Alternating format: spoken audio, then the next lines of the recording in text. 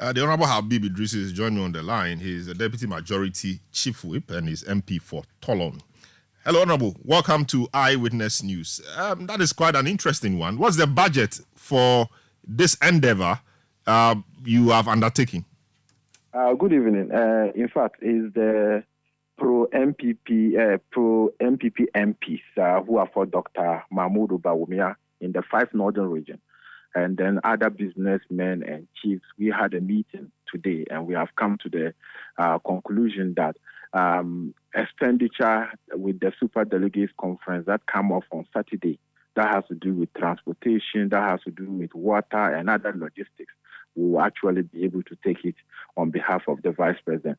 There is no budget put aside to mention a figure, but we have just come to that conclusion that this is what we are going to do as part of our help to be able to help the Vice President to as he participates in this Super Delegates Conference so that he can divert his attention to other regions where he has to send his resources to. But we in the 5 northern regions have agreed and said that this is what we are going to do.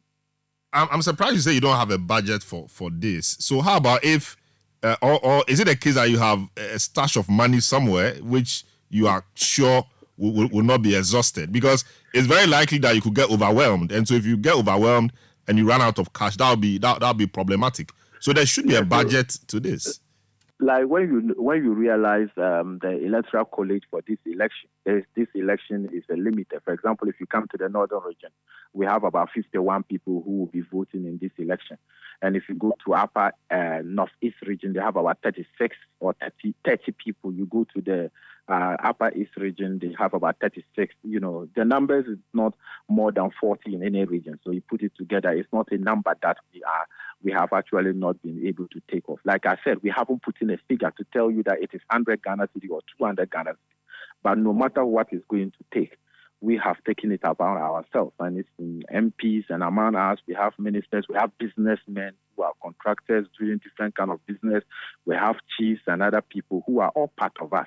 And they have all agreed that the cost that is going to be involved in this Super Delegates Conference, we are going to take it. Because looking at where the Vice President is coming from and the kind of work that he has done and the participation in this election, it is for us to be able to support him so that he can divert his attentions to other regions rather than concentrating on us, because we are very convinced that he is very competent to lead the party. We are very convinced that he is the best person to be able to lead us to break the 8.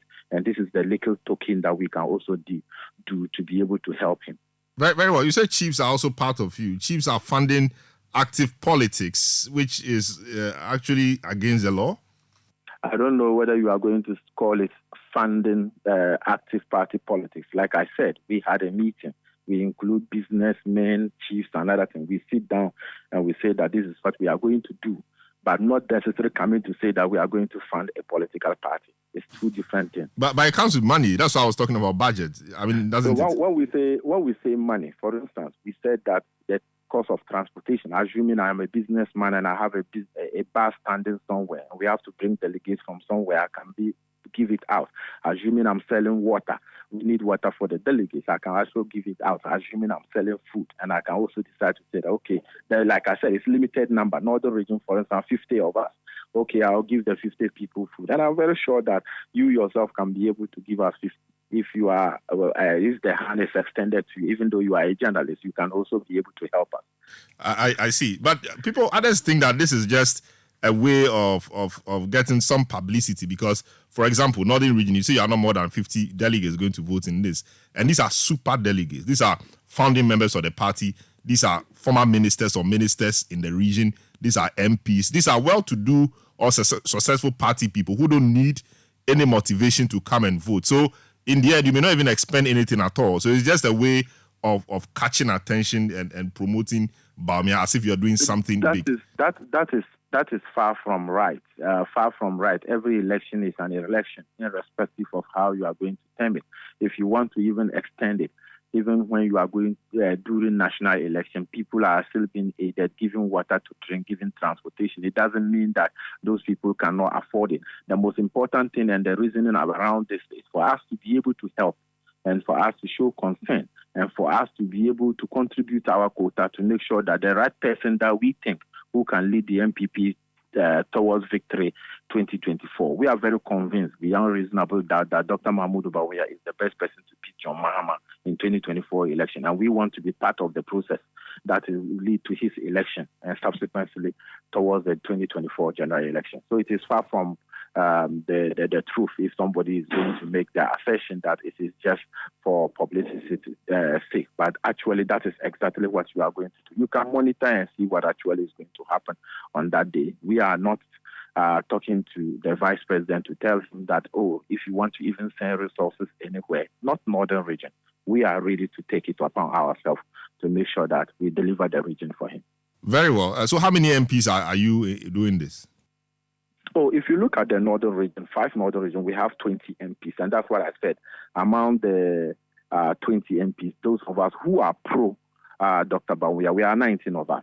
And so only one is not pro Bawumia. So who is that one? I don't know. But you know the 19 who are pro Bawumia, but the single one who is not, you don't know. 19 of us are pro Bawumia. But the single one you do not know. I don't know his name. But you know his constituency. You are the majority chief whip or deputy. So you should know. You should know. You couldn't whip this one in line. You couldn't whip this one person in line. No, you see, 19 of us have agreed. And we have, including some businessmen, including some of our regional chairmen and other things. We have all come together. And that is the decision that we have taken to be able to do. So out of the MPs who are pro-Bawumia, we were part of the decision making. I see. I'm just disappointed that as deputy whip, you couldn't whip this one person in line to join the 90. I will be invited to this conversation. Very well. But do you have any projection in terms of what percentage Dr. Bawumia will get by the end of Saturday? If you ask me by regional basis in the 5 northern region, I should be able to tell you. But I'm very confident that if you ask me in the northern region, I'm very positive that the vice president will get over 90%. If you ask me about Northeast region, where the vice president hails from, I am very confident that he can get 100% from that region. You ask me about Upper East region, I'm very positive that he can get close to 90% or more. You ask me about Savannah region, I'm positive that he will get more than 90%. You ask me about Upper West region, I can tell you confident that I'm convinced that he will be able to get over 90%. He is getting all these figures because he has done a lot. He has sacrificed a lot. He is very experienced, and he's the best person to lead our party. So party faithful, that's constituency chairman, regional executive, MPs, founding members and members of National Council will not make a mistake to elect somebody who cannot lead us for us to execute the campaign that we are going to face the NDC with in 2024. Very well. I'm curious to know what you think about this.